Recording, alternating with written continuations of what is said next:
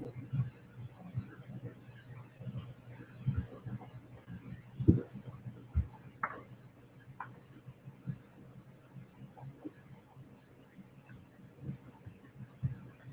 right, good evening, everyone. My name is Courtney Hobson. I'm the program assistant for Maryland History Day at the Maryland Humanities Council, and this is our first Judges Training webinar. Thank you all for joining me this evening. Before we get started, I'm just going to go over a couple little things.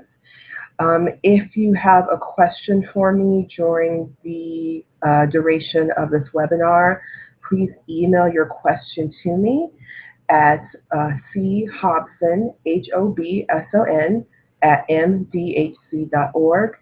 I will try to answer them as they come in, but if I don't get to your question right away, I will make sure to make time at the end in order to answer them. All right, so let's get started.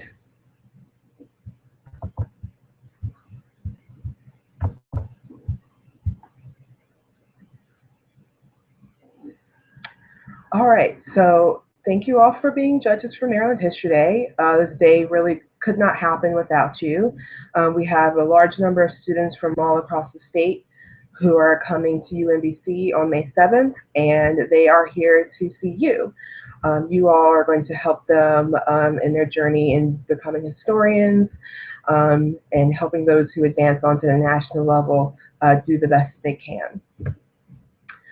So Maryland History Day is a program of the Maryland Humanities Council. The Maryland Humanities Council is a private educational nonprofit that creates and supports educational experiences in the humanities that we hope inspire all Marylanders to embrace lifelong learning, exchange ideas openly, and enrich their communities. So in addition to History Day, we have other programs such as One Maryland, One Book. We also have a series of Pulitzer programs to celebrate the centennial this year. So if you want to learn more about the Humanities Council and what we do, please visit our website at mdhc.org. All right, so History Day. What is this thing? National History Day is a year-long research competition. Currently in the state of Maryland, we have over 24,000 students who participate at the school level. That includes public, private, parochial, as well as homeschool students. History Day starts in the classroom. It starts with the teachers. Generally, teachers start at the beginning of the school year, and they help their students to select a project.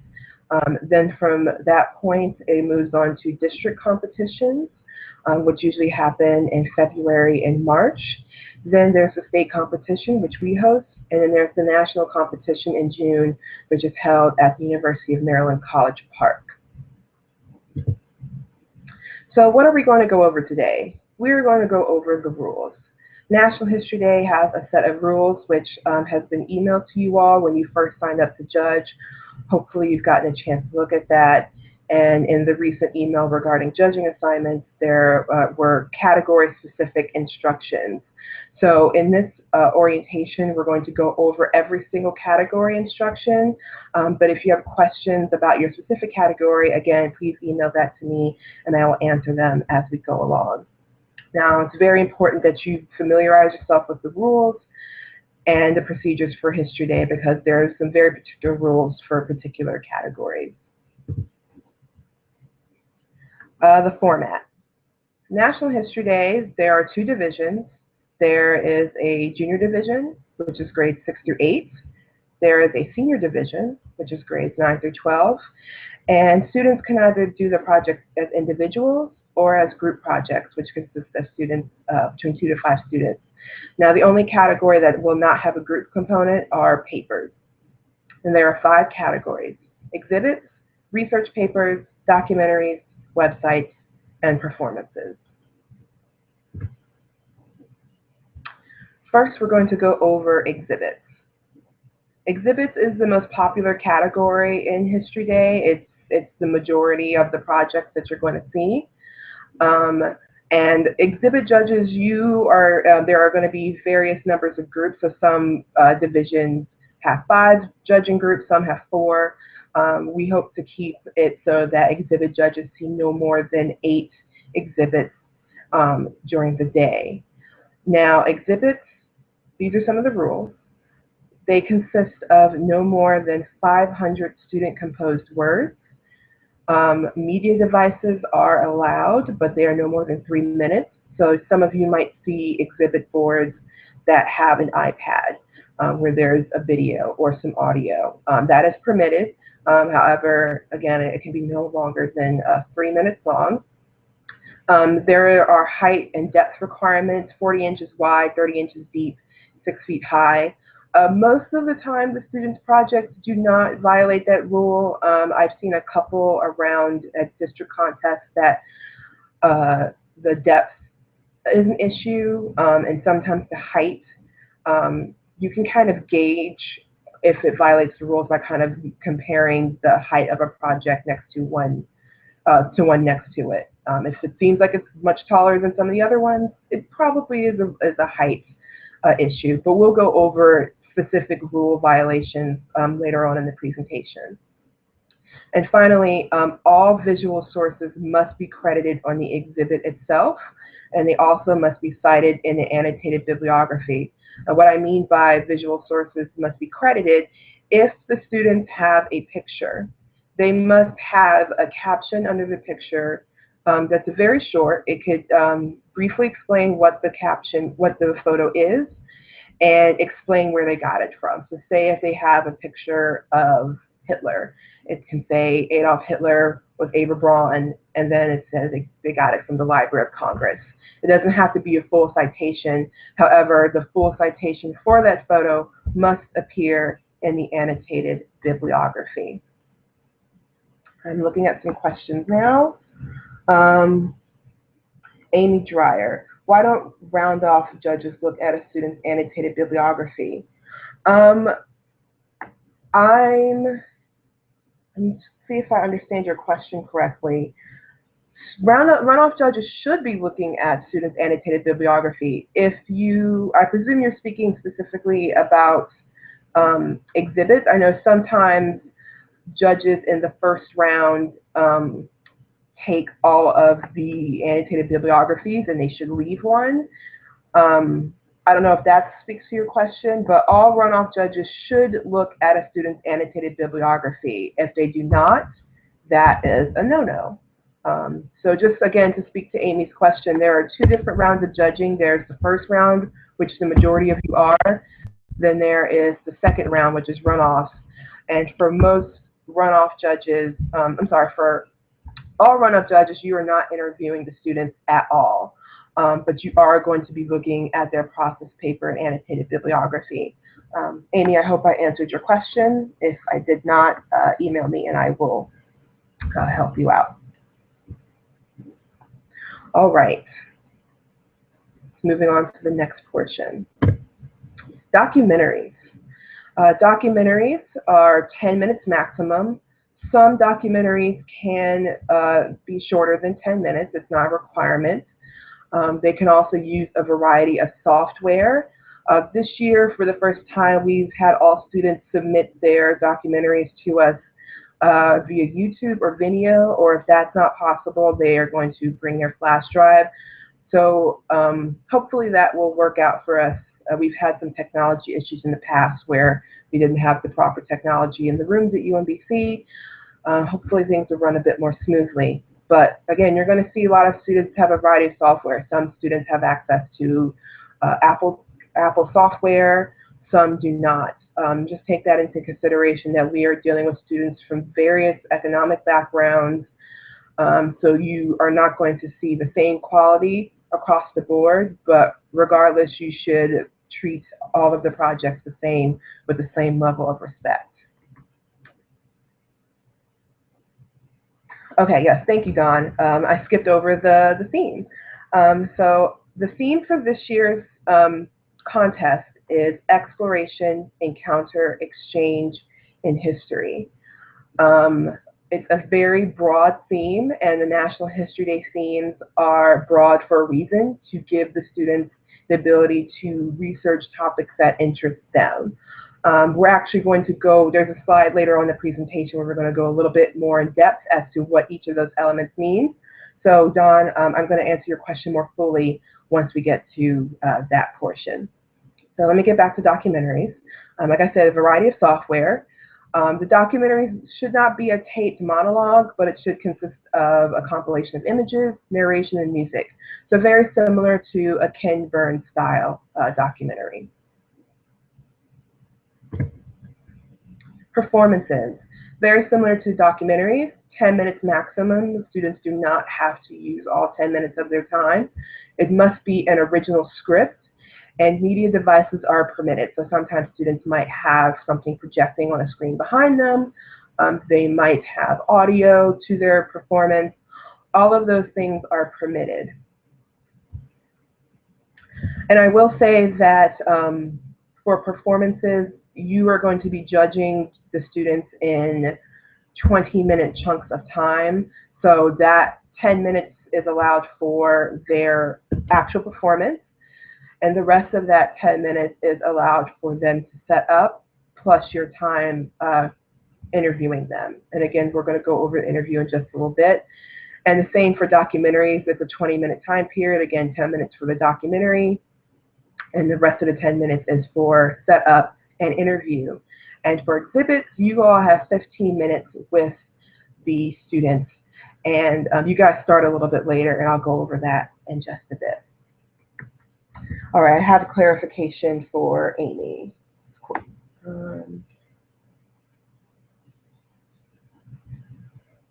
Okay. I will answer your question via email, Amy. Thanks. All right, so for websites, no more than 1,200 student-composed words. Now on the websites, on the home page, the students should indicate exactly how many words are on their website, so you're not required to count every single word. They must integrate their process paper and their bibliography into the site, and we'll go over a little bit later what exactly those two items are. And they are also allowed to have multimedia clips no more than 4 minutes. So they can have 2 minutes of audio on one page and 2 minutes of video on another page, and that is it. That is the maximum that they can have. All students are going to be creating their websites in a platform called Weebly. National History Day a couple years ago partnered up with Weebly so that all students are making their website in the same platform, because all the students in California were winning all the time because they have access to much different technologies than some other students do. So Weebly is an equalizer in the website category. And for websites, you will be interviewing them for 15 minutes. So that 10-minute chunk of time will be to actually interview them, and that extra 5 minutes is just in case you have more additional questions or just to kind of pause and take notes as you go along. And finally, research papers. Research papers, students have the most amount of words that they can work with, between 1,500 and 2,500 student-composed words. Again, on the title page, there will be a section that says exactly how many words are permitted, are in the paper, and illustrations are also permitted. So some students might have appendices where there are images in the back. That does not count towards their words if they have captions. It's just the bulk of the essay itself. All right, does anyone have any questions about the categories before I move on to the next section? If you do, again, email them to me and I'll try to look over at the screen and answer them as I go along. So required written materials. Every single piece of paper that you get from a student must have a title page that will consist of the title of their project, the student name, the division, the category, and the applicable word count. Students are not to indicate to you what county they're from, what school they are from, just to keep things neutral. However, some students will possibly have on a t-shirt or a school uniform, and there's nothing that we can do about that, but we try to keep it so that students are, that judges do not know where students attend school. Process paper. The process paper is a very short essay the students have to write, 500 words maximum, that answers these three questions: how they chose the topic, how they conducted their research, how they created their project, and how it relates to the theme. The process paper is not required for the paper category because they should be answering those questions within the essay itself. And then finally, an annotated bibliography. The annotated bibliography must be separated into primary and secondary sources, and it must include an annotation explaining how the student used the source, and it must have consistent style for their citations, as well as consistent fonts and things like that. So just to explain, just to show you what an annotated bibliography looks like for those of you who are not familiar, on the left we have a citation that is not annotated, so it just simply lists the name of the source, the year, where it is located. On the right, you have the same information, but there are 2 to 3 sentences explaining how exactly that source was used. And I will urge to you that the annotated bibliography is very important for project types that are not as text-centric. So for example, a performance or a documentary or an exhibit. There's going to be a lot of research that these students do, and they have to condense their words, so they aren't going to be able to show it all. The annotated bibliography is going to be the place that you as a judge are going to want to look to see exactly where that research is and how it fits into the final product that you see in front of you. Going to go over the difference between a primary and a secondary source for you all. And sorry, I have multiple screens open here, so I'm going to go to one screen that I have here. So primary source are materials directly related to a topic by time or participation. So examples of that are witness accounts, diaries, letters, newspapers, and maps. Secondary sources are materials about a topic, usually based on interpretation of those primary sources. So an interview with a professor or an expert, a textbook, current newspapers, or documentaries are considered secondary sources. Do I have any questions about the process paper, annotated bibliography, anything like that? Students are going to bring multiple copies of these items for you. So as I stated in my question in my answer to my question to Amy, you are to take some of the copies with you, but you should leave them for the second round judges to be able to look at those items. All right, how are the projects going to be evaluated? There are 3 main criteria. The first is historical quality, which is about 60% of the entire project consideration. That means the entry is historically accurate, it shows analysis and interpretation, it places the topic in historical context, it shows wide research, uses available primary sources, and the research is balanced. So let me break those down a bit more delicately. Entry is historically accurate. You're going to run across projects that you as a judge know absolutely nothing about. And unfortunately, I'm not going to ask you all to do your research on a particular topic.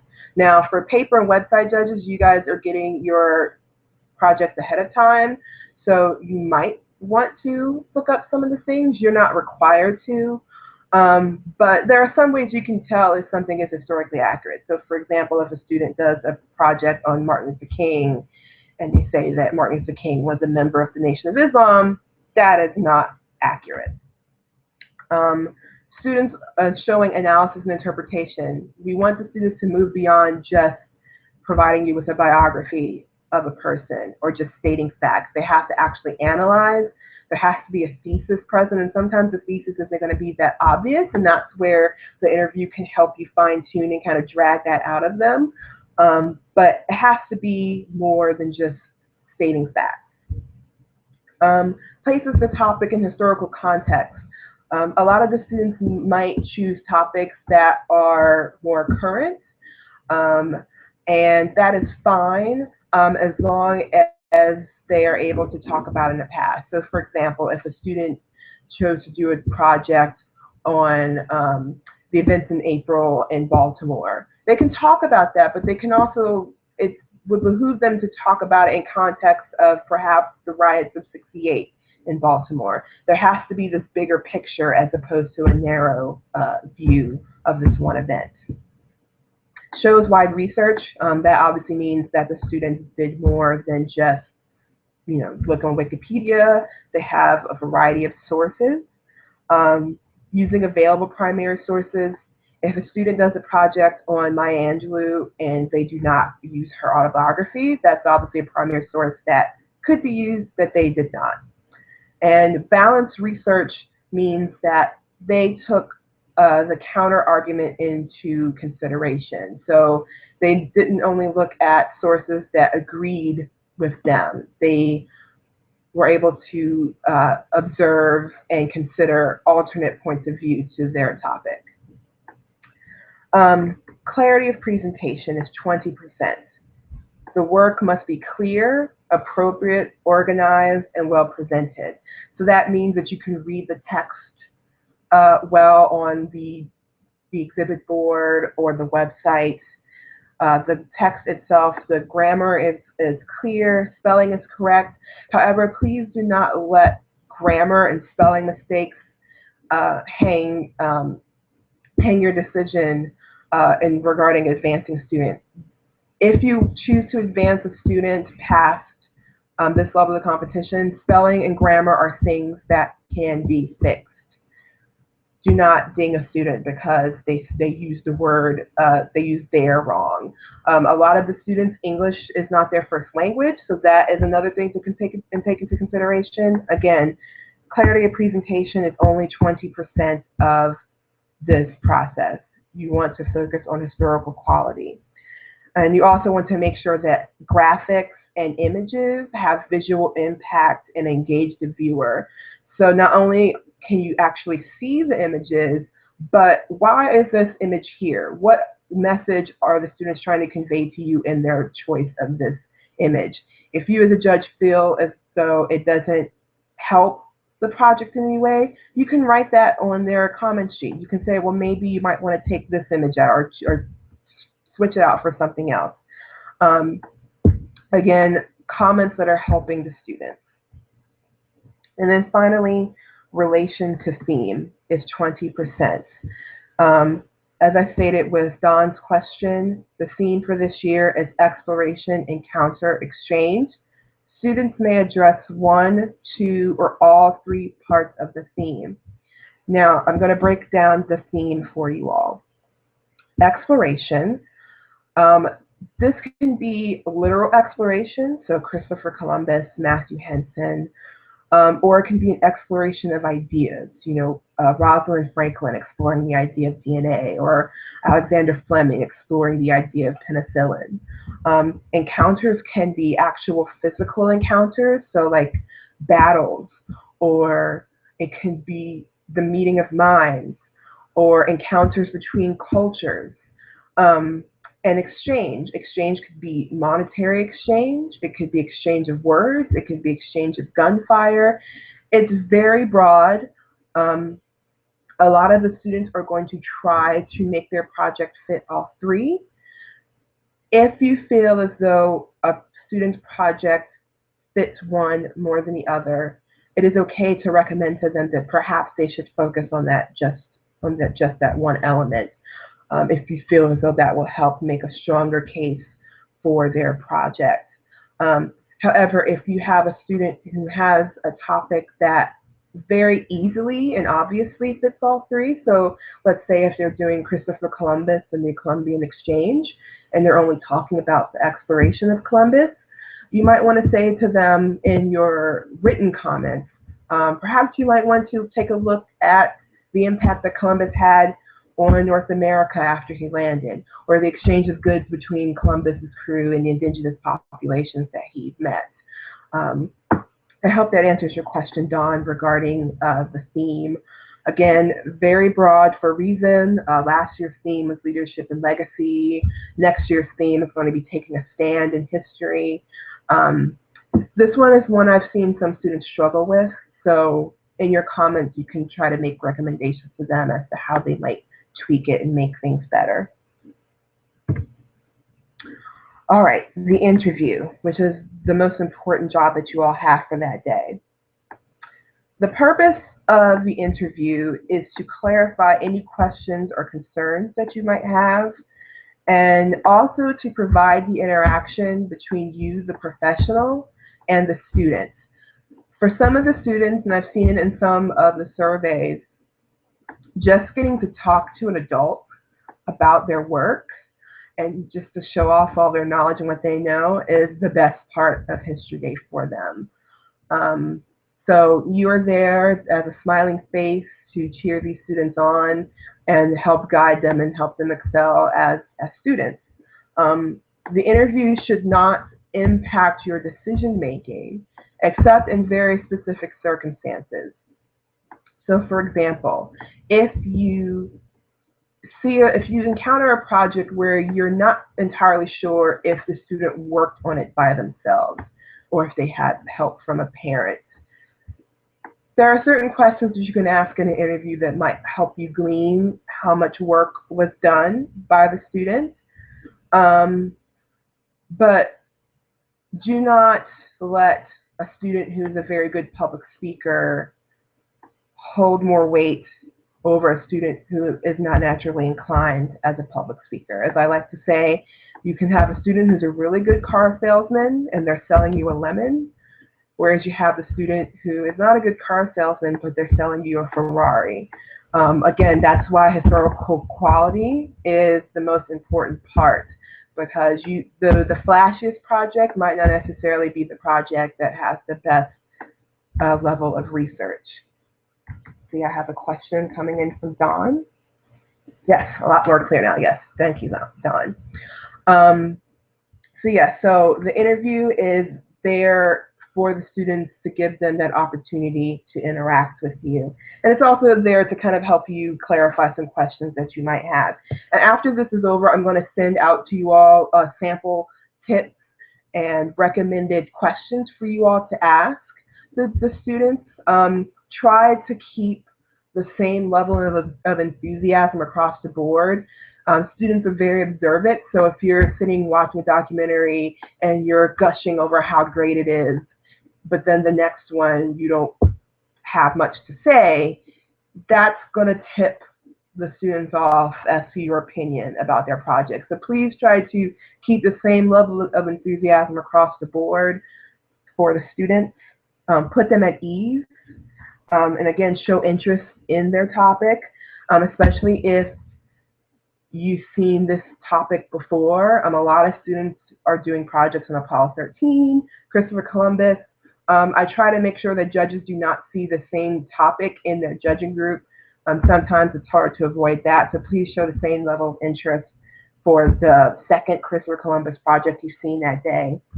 And ask questions of substance. So why did you choose this topic? How did you begin the research? And what was your most important source? And for those of you who are interviewing students who are in groups, it's not important that every single student answers the question. Some might be more able to and ready to answer the questions versus others who are shy. But try to coax them to answer some questions. So you might want to point a question at one specific student. But again, do not push them to answer all of your questions if they are unable to.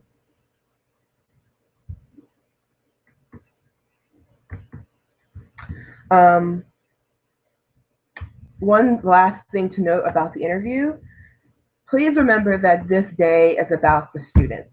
It is not about you, the judge. It's not your opportunity to lecture them about a particular topic or why did they choose to do this or why did they choose to do that. This is their day. These students have been working on these projects since September, and you were with them for at most 10 to 15 minutes. So please relinquish your interview time to them. Let them answer your questions.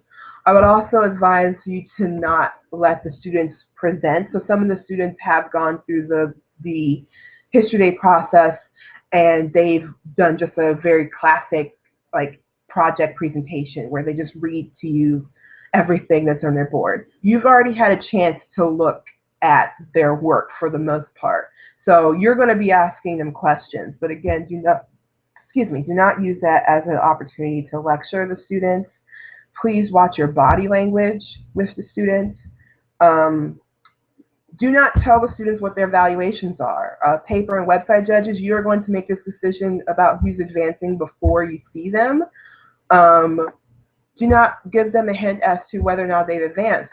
And this is another place where the interview comes into play. If you paper and website judges are interviewing a student and in the course of your interview you have changed your mind about a student, whether or not that project should advance, there will be an opportunity for you all to contact me or to contact my colleagues to let us know that you have switched and made a change in your rankings.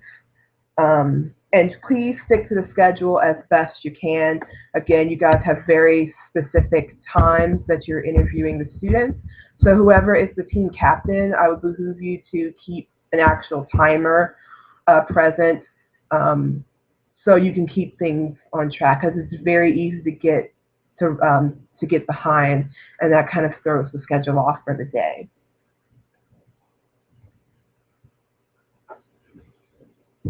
All right. So in addition to the interview, you guys are going to be filling out comment sheets. And there's going to be a slide later where it shows you what the actual comment sheets look like. The reason why you're writing written comments in addition to doing an actual interview is we want to make this a meaningful learning experience and provide positive but critical evaluation of the entry. You're going to be writing comments. Please support your ranking through constructive and positive comments. So if you check all superior sheet, but you only write 3 sentences, that's not actually helpful to the student. My rule of thumb regarding the evaluation sheet is I do not give students superiors, because that says to them that there's nothing that needs to be improved. There's always room for improvement with History Day projects. So please make sure that your rankings actually match your words. Phrase your comments carefully. Again, they're going to be receiving these comment sheets, so make sure that you say things in a way that aren't going to be misconstrued in a negative way. Again, explain how students can improve. If you have specific recommendations, such as a book they can use, or a person they can talk to, or a museum that they can visit, please write that down. Expect quality, but remember you are evaluating the work of students who are new to the historical research process. And you're going to deliberate together and reach consensus. So, like I said, you're going to be with students at most 15 to 20 minutes. I'm not expecting you to write all your comments down while you're interviewing the students. You're going to be making notes. After you are done seeing all the projects, you as a judging group are going to gather back in the judge's room, and that's when you're going to deliberate and write your more full, thoughtful comments down. So this is an example of what evaluation sheets look like. Again, there are the 3 boxes: historical quality, relations theme, clarity of presentation. There's also a box in the bottom regarding rule of compliance. In the evaluation, it can rank from superior to needs improvement. This is an example of an unacceptable evaluation form. As you see, this judge has ranked everything superior, and there's like 5 sentences. So there's one that says fantastic performance, good job, awesome props.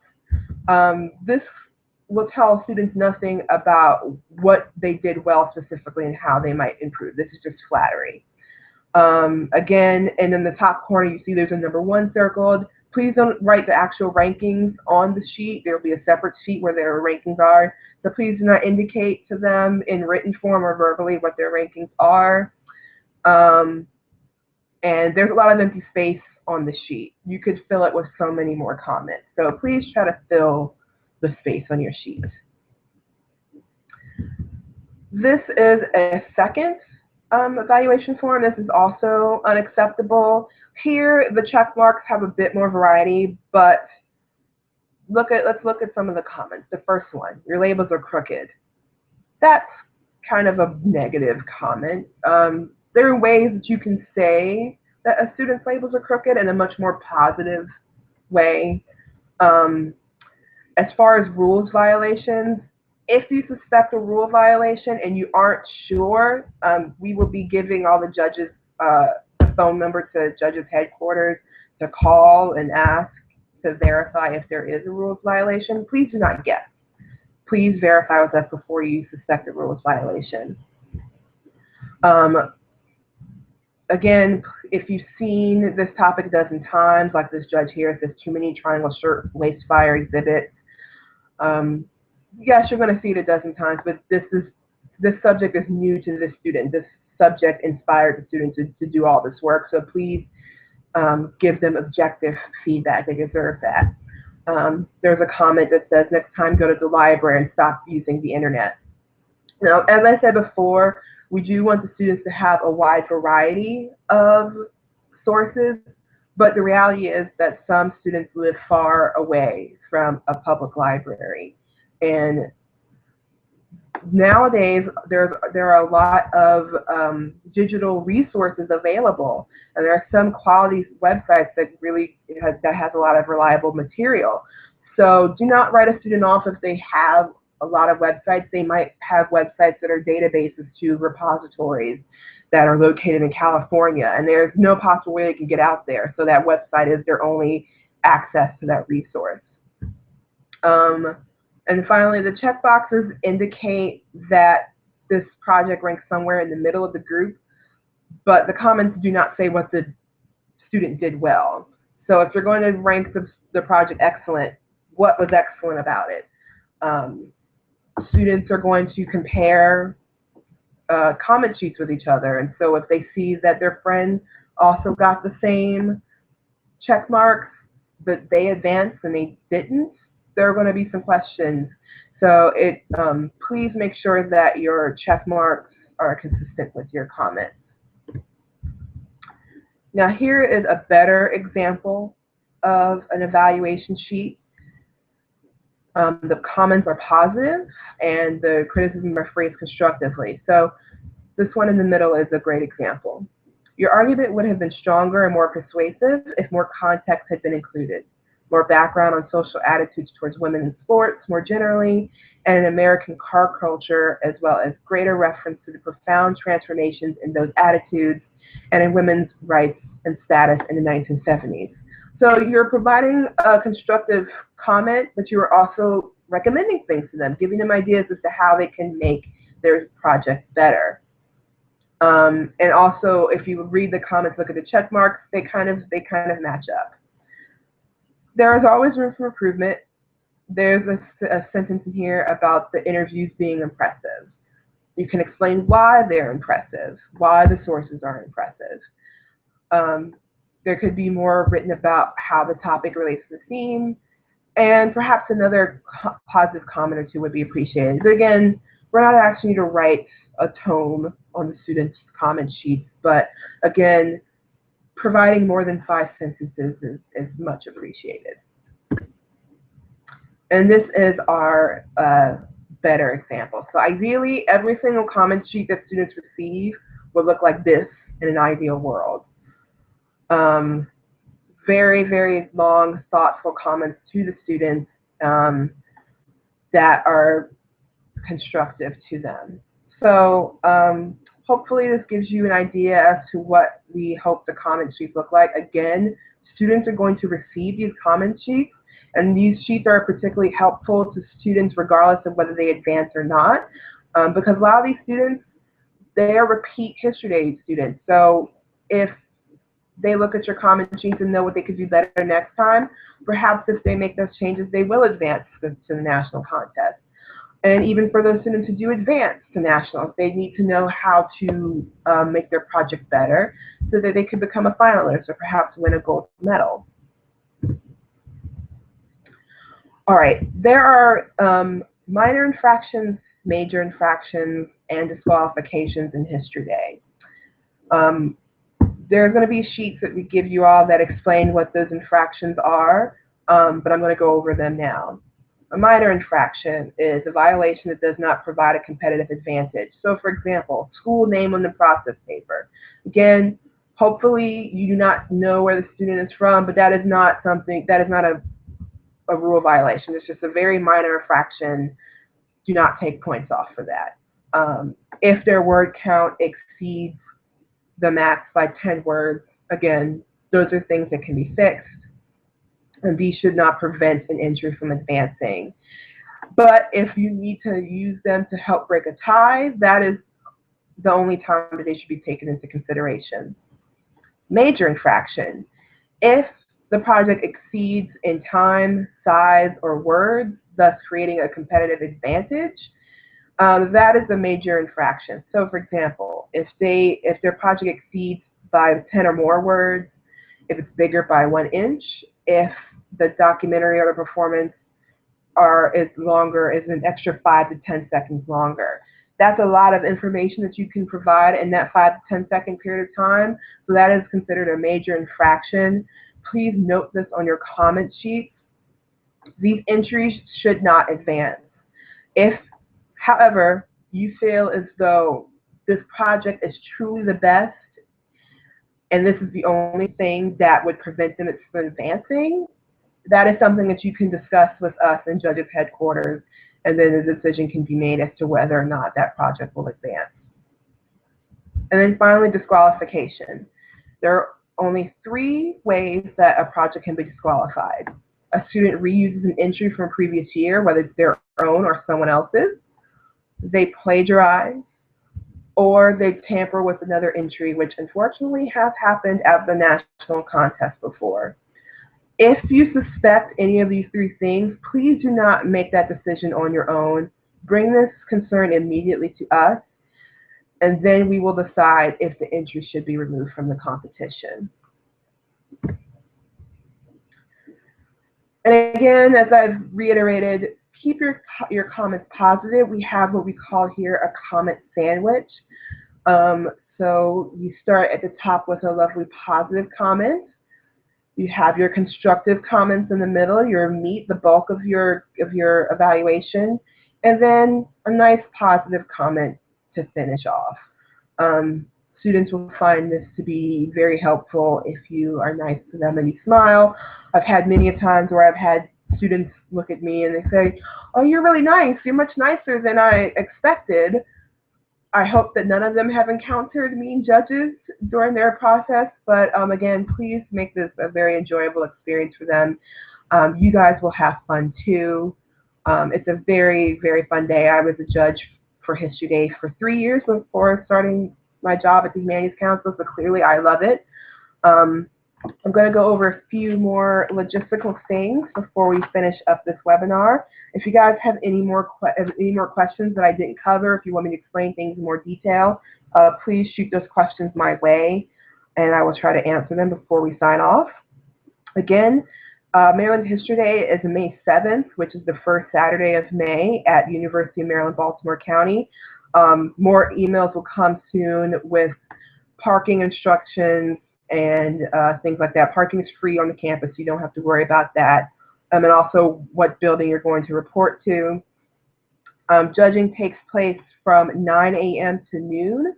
So all of you will start at 9 o'clock promptly. Exhibit judges, you all will start at 9:30. From 9 to 9:30, you all will be given a chance to look at your exhibits without the students present, and then you will start judging at 9:30. You all will arrive at campus at 7:45, and between 7:45 and 8:10 and 8:15 will give you time to gather your judges packets and to eat a breakfast. And then from 8:15 to 8:40, we will go over more logistical things such as where you're going to be going, different forms that you have to fill out. We're not going to go over an in-depth orientation like we are tonight because there just isn't any time. Just to let you know, for all of the categories except for papers and exhibits. It's open to the public. However, we encourage the public to only enter in between presentations. So if there's someone who comes in while a documentary is playing, you have every right to please ask them to leave and wait till the documentary is over. Also, if someone is being chatty and talking while the presentation is going on, you also can very nicely ask them to leave the room. We will have building monitors present, so hopefully they will be there to help you in that instance. Like I said, paper and exhibits, it's not open to the public. There is going to be a time later in the day where the exhibit hall is open for everyone to see, but we keep the number of people in the exhibit hall to the minimum because there are hundreds of exhibits, and if everyone was in there at the same time, it would be very noisy and you would not be able to hear. Now, if you are a paper or website runoff judge, you are going to report in the morning at the same time as everyone else. However, you are not interviewing the students. If you are a runoff judge for exhibits, documentaries, and performances, the runoff round will take place from 1:30 until 2:45. And then the award ceremony will take place at 3:15. And the day of the contest will show you special prizes. Students are eligible for special prizes.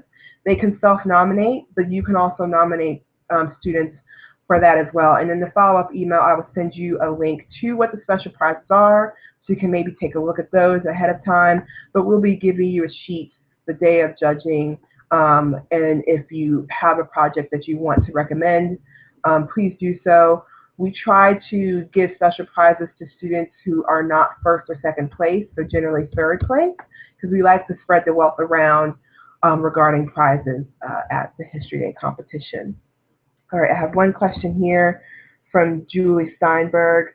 When do paper judges get the papers? Students will finish registering this Friday at midnight.